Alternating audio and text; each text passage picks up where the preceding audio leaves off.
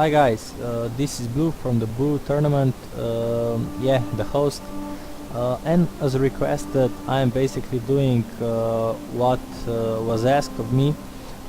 There was a match between Danko and TrollyBoli, both from the same clan, which was not shown by Maximus, and the reason for that was basically that those two have not played their games in time, and basically we started the top 8 while they still had to finish their game.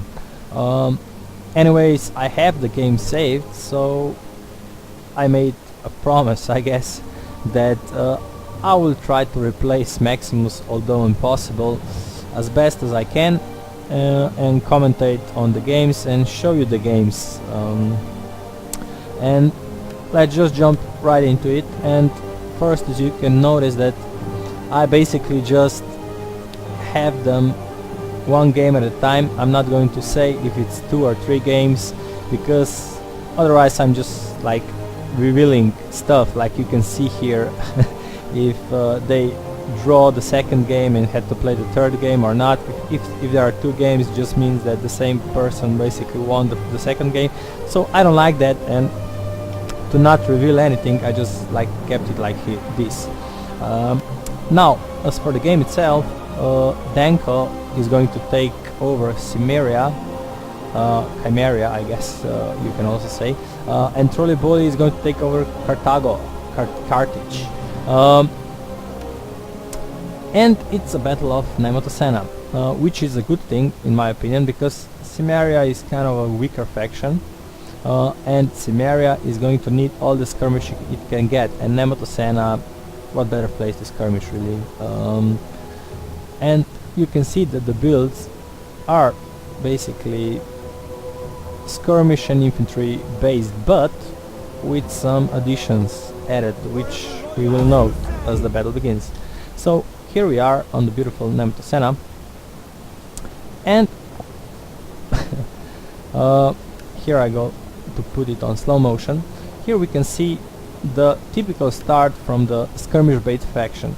Basically what you have is 2 groups of archers, horse archers, trying to do the typical flanking maneuver and start powering shots.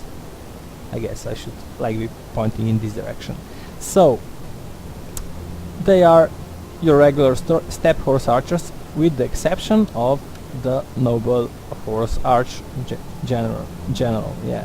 So now the good thing about this for Danko Cimmeria is that in the likes of late Libyan hoplites, which by the way TrollyBoli has 4 of them, he's not going to be worried about precursor javelins, and that's a good thing, because it means he'll be able to come closer and with his heavy shot on, able to do more damage, at least on paper, I guess.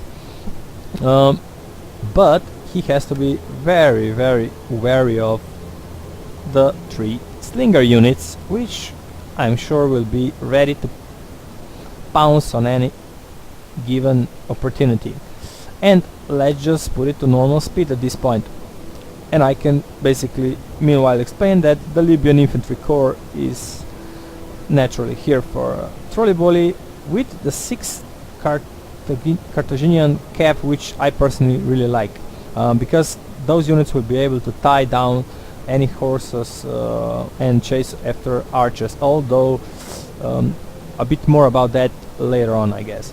For now we can take a look at the general trying to get some heavy shots on the Libyan infantry, and succeeding, but we can see that some fire is being poured into the general, and he's moving away now, and we can see that the late Libyan infantry is going to chase the general, but he's going to just slightly be able to run away. However, for some reason, well, when the late Libyan infantry starts to move away, he's going to charge them in the back, which is not a bad idea per se, however a very questionable one, because we can see that at this point TrollyBoli has Balearics here, which can support. He also has a Carthaginian cavalry unit, which is a faster unit than Noble Horse Archer, and meanwhile this is going on also. The intensive micro Danko is using on his Noble Horse Archers means that his other units are susceptible to attacks. And now we saw here that basically Danko used his general again to countercharge the Carthaginian cap.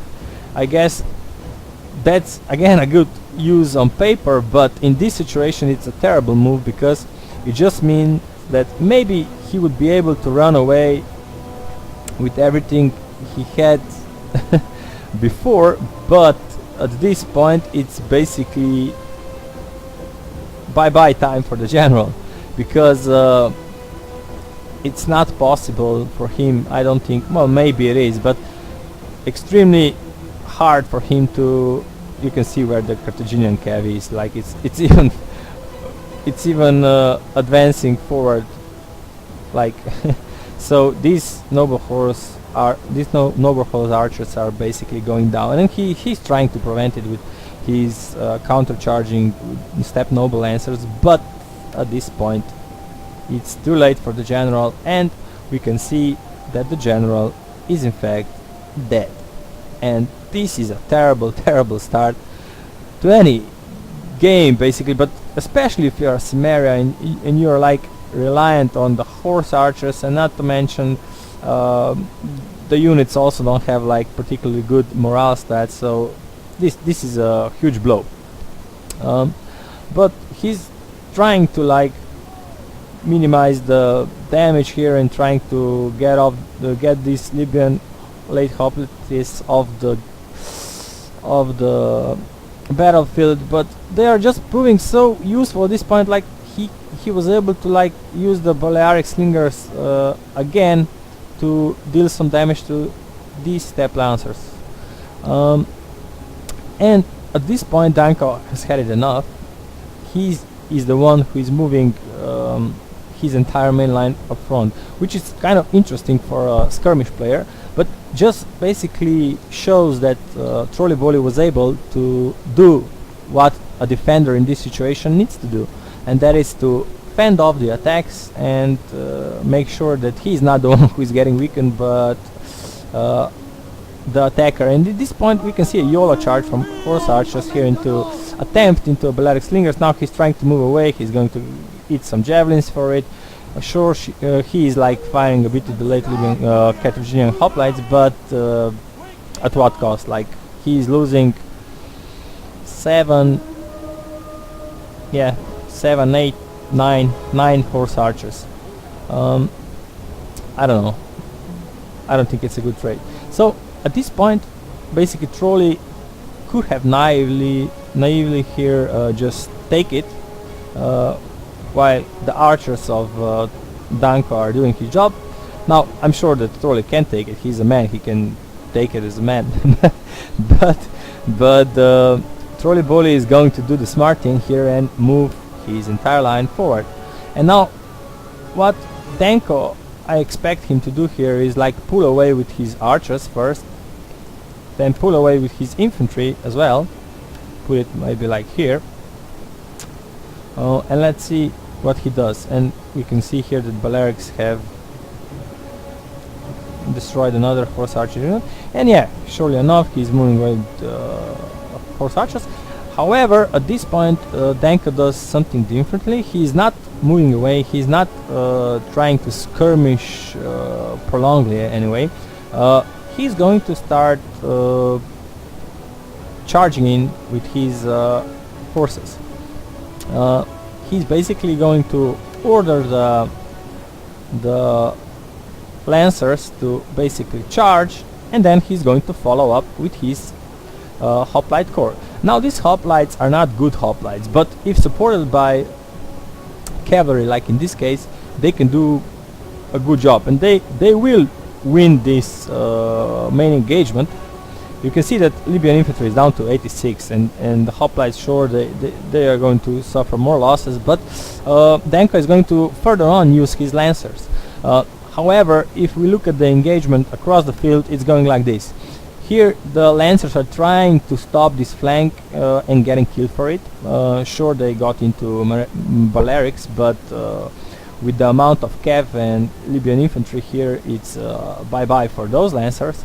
And on the left side here, we can see that he's also using the noble lancers to like prevent these units here from flanking.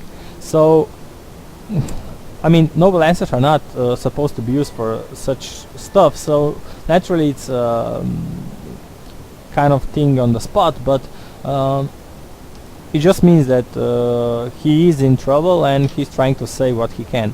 Now what will happen here is that basically once this mainline engagements are kind of going in the Danko's favor, the flanks are definitely not, and he's also doing some nice rear charges here with the Steppe Noble Lancer. However, now you'll see that the late Libyan infantry will be able to start help out the center, and he's also already bringing units here to support. And meanwhile the Balearics are racking up the kills, especially on the noble horses, and the Carthaginian cav is flanking and is going to try to move into the archers. Now important to note, which I am sure some of you know, some of you don't, that Cimmerian heavy archers are nice archers also because of the fact that they are using the two-handed spears in close combat, which means that any cavalry unit which is not charging in is going to have substantial losses and will potentially lose out to the Cimmerian archers. So don't ever try to bring in some kind of light cavalry units to smash those guys. Here we can see one Libyan infantry is going to support here, the other one is dealing with the Scythian hoplite, and the hoplite will win here, but at this point it's like 3 hoplites, this one is a gunner, 3 hoplites, and trying to save the day for Cimmeria, and a depleted unit of lancers and 2 Cimmerian heavy archers who are, by the way, dying by the Balearics. So at this point I think we can fast forward here. The game is won, and I don't think I'm spoiling too much if I say that.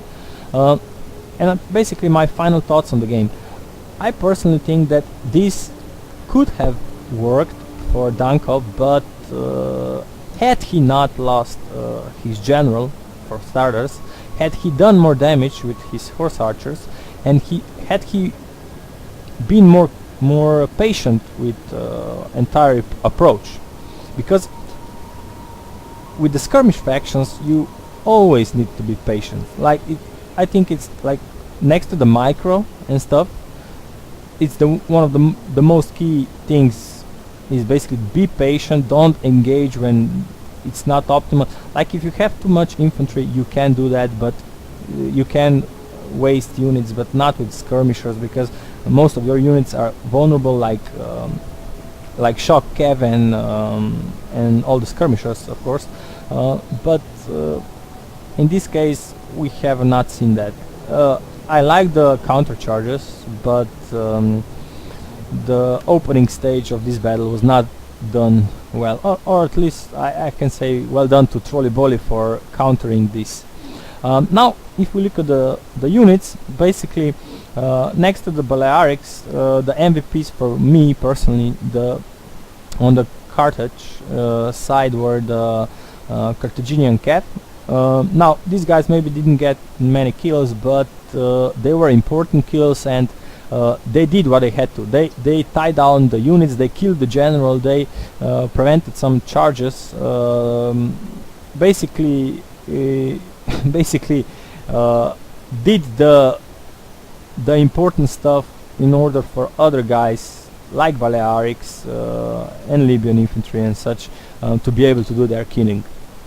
If these guys had not stopped some units, Balearics would not be able to shoot at them and so on.